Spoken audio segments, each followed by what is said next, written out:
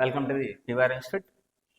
Arabic group D మరియు NTPC అదేవిధంగా ఏ కాంపిటేటివ్ ఎగ్జామ్స్లో అయినా రీజనింగ్ విభాగం నుంచి స్టేట్మెంట్ అజంప్షన్ అనే టాపిక్ అనేది చాలా ఇంపార్టెంట్, చాలా ఈజీ అయినది మరియు చాలా ఈజీ అనేసి చాలా కన్ఫ్యూజ్ అయినది కూడా. మరి ఈ స్టేట్మెంట్ అండ్ అజంప్షన్స్ అంటే ఏమిటి?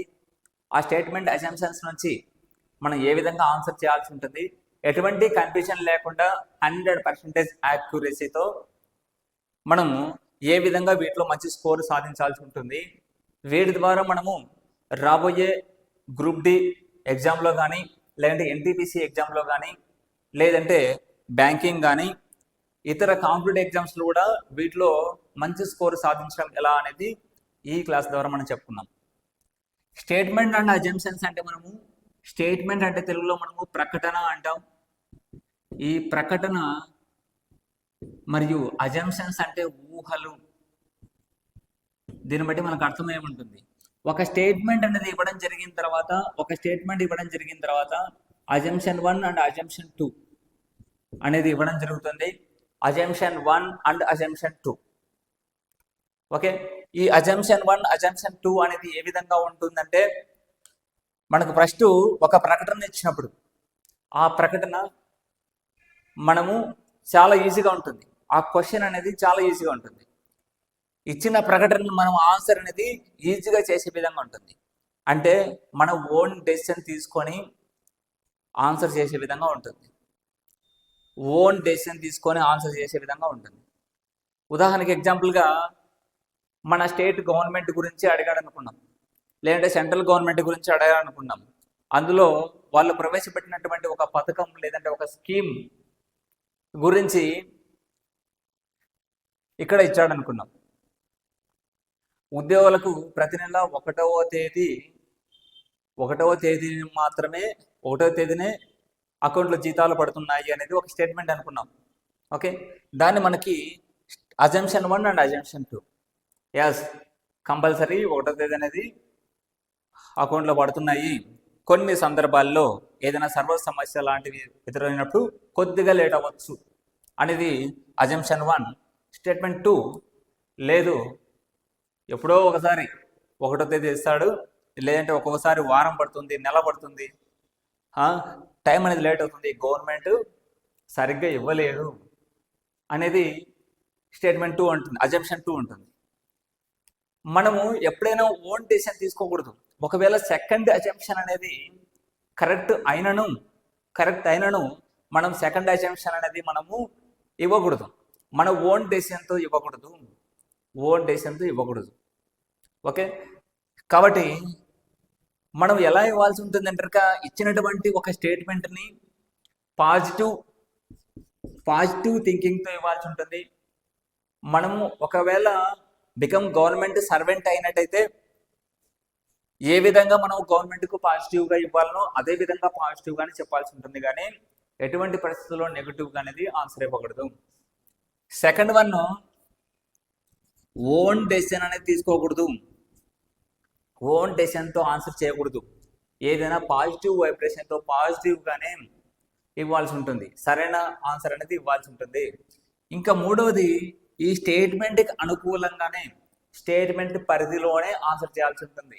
ఏదైతే ఉంటుందో స్టేట్మెంట్ పరిధిలోనే ఆన్సర్ చేయాల్సి ఉంటుంది. స్టేట్మెంట్ దాటి మనకి ఆన్సర్ చేయకూడదు, స్టేట్మెంట్ పరిధిలోనే ఆన్సర్ చేయాల్సి ఉంటుంది. మరి స్టేట్మెంట్ అండ్ అజంప్షన్ సంబంధించి ఎలాంటి క్వశ్చన్స్ అడుగుతారు, ఏ విధంగా ఆన్సర్ చేయాలనే దాని గురించి మనం ఎగ్జాంపుల్గా ఇక్కడ ఎగ్జాంపుల్గా మోస్ట్ అండ్ ప్రీవియస్లో అడిగినటువంటి ఒక క్వశ్చన్ స్టేట్మెంట్ అండ్ అజంప్షన్స్ నుంచి తీసుకోవడం జరిగింది. ఇది చాలా వరకు మనకి ప్రీవియస్లో దీని గురించి ఎక్స్ప్లెనేషన్ గురించి తెలిసి ఉండొచ్చు, కానీ ఒక ఎగ్జాంపుల్గా జరుగుతుంది అనమాట. ఇక్కడ ఈ క్వశ్చన్లో ఒక స్టేట్మెంట్ ఇవ్వడం జరిగింది, దానికి సంబంధించిన అజంప్షన్స్ తీసుకోవడం జరిగింది. మరి దీన్ని ఏ విధంగా ఆన్సర్ చేయాలని గమనించినట్టయితే, ఏ అనే అతను says to be, if you want to advertisement give in news paper X అని ఇచ్చినాడు అనమాట. ఏ అనే ఒక అతను బికి ఏం చెప్పాడంటే, నువ్వు అడ్వర్టైజ్మెంట్ ఒకవేళ ఇవ్వాలనుకుంటే ఎక్స్ అనే న్యూస్ పేపర్లో ఇవ్వు అని స్టేట్మెంట్ ఇచ్చాడు. మరి దానికి సంబంధించినటువంటి ఆప్షన్స్ ఏమున్నాయంటే అజంప్షన్స్, బి అతని ప్రొడక్ట్స్ను తన ఉత్పత్తులను ప్రమోట్ చేయాలనుకుంటున్నాడు. అండ్ అజంప్షన్ 2 వచ్చేసి న్యూస్ పేపర్ ఎక్స్ వచ్చేసి has more circulation. News paper ఎక్స్కి సర్క్యులేషన్ ఎక్కువ ఉంది కాబట్టి ఈ స్టేట్మెంట్ అనేది సూటబుల్ అవుతుంది అన్నట్టు ఇచ్చాడనమాట.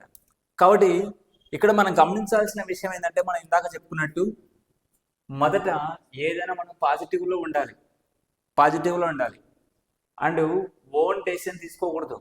ఓన్ డెసిషన్ తీసుకుంటే ఏదైనా కరెక్ట్ అనిపించవచ్చు, ఏదైనా రాంగ్ అనిపించవచ్చు. ఓకేనా, తీసుకోకూడదు. అండ్ నెక్స్ట్ స్టేట్మెంట్ పరిధిలో ఉండాలి, స్టేట్మెంట్కి రిలేటెడ్గా ఉండాలి. స్టేట్మెంట్లో ఏమి ఇచ్చినాడు ఇక్కడ? ఫస్ట్ అజంప్షన్ చూడండి, బి ప్రమోట్ హర్ ప్రొడక్ట్స్. ఇక్కడ స్టేట్మెంట్లో అతని ప్రొడక్ట్స్ గురించి ప్రమోట్ చేసుకుంటున్నాం అనేది ఏమైనా ఇచ్చాడా? ఏం లేదు. ఇక్కడ ఏ అని అతను బికి ఏం చెప్పాడు? If you want to advertisement, ఒకవేళ నువ్వు యాడ్ అనేది ఇవ్వాలనుకుంటే అనేది మాత్రమే అన్నాడు, కానీ తన ప్రొడక్ట్స్ని ప్రమోట్ చేసుకోవడం కోసం అనేది ఇవ్వలేదు. కాబట్టి ఈ ఆప్షన్ 1 అనేది రాంగ్. సరే, అజంప్షన్ 1 అనేది రాంగ్ అవుతుంది. మరి అజంప్షన్ 2 చూసినామనుకోండి, news paper X has more circulation.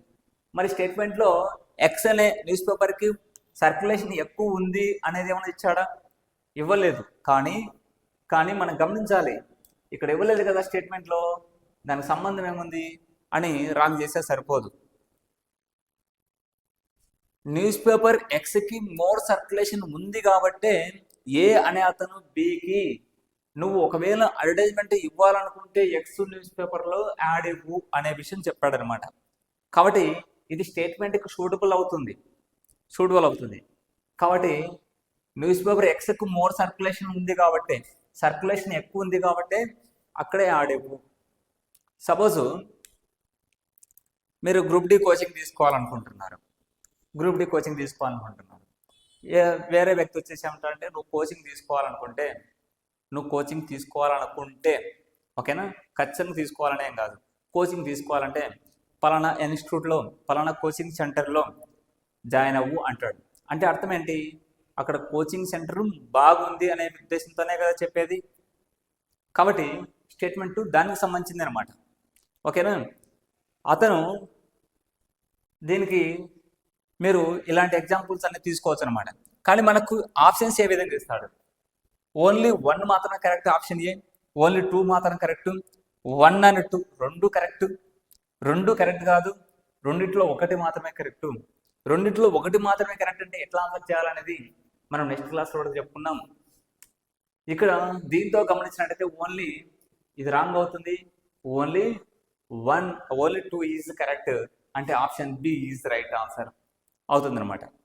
ఇలాంటివి statement and assumptions, conclusions, arguments మరియు గ్రూప్ డి మరియు ఎన్టీపీసీకి సంబంధించినటువంటి చాలా వరకు మనకు మన యూట్యూబ్ ఛానల్లో ఉంటాయి. వాటితో పాటు మన పీవీఆర్ ఇన్స్టిట్యూట్ యాప్ మీరు డౌన్లోడ్ చేసుకున్నట్టయితే గ్రూప్ డికి సంబంధించిన కోర్సు తక్కువ ఫీజుతో ఫుల్ సిలబస్ కవర్ చేస్తూ షార్ట్ కట్ ట్రిక్స్తో పాటు మీకు చెప్పడం జరుగుతుంది అనమాట. Maths, science and remaining syllabus.